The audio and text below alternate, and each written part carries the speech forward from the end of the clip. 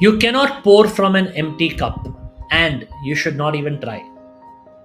You give your best not when you are stretched thin, but when you are filled from within. Hello and welcome to day 78 of your 100-day journey to enter 2026 as a new you. There is a very important identity shift that you learn in the reinvention phase.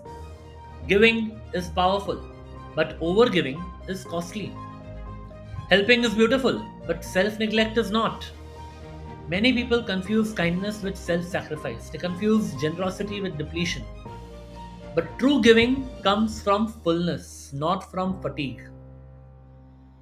When you give from an overflowing place, your energy expands. And when you give from an empty place, your identity shrinks. Today is about reclaiming that boundary with love. So today's practice, give from fullness.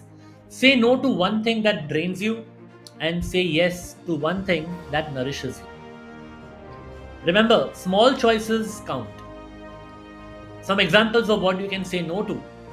It could be a draining conversation, a pointless argument, an unhealthy habit, extra work that you do out of guilt, a commitment that you never wanted, a task that is not yours to carry.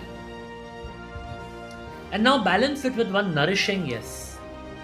It could be rest, music, fresh air, a meaningful conversation, journaling, a walk, a peaceful pause, a nourishing meal,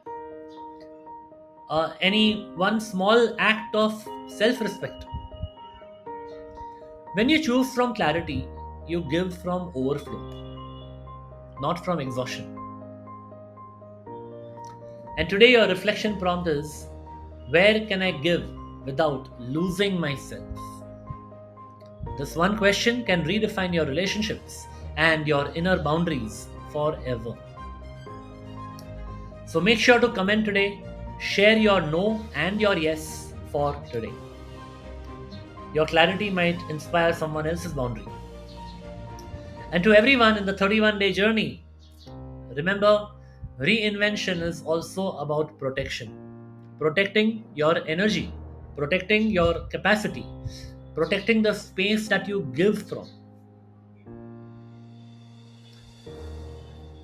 So I'll see you tomorrow for day 79, and till then, take care of yourself and keep the curiosity alive.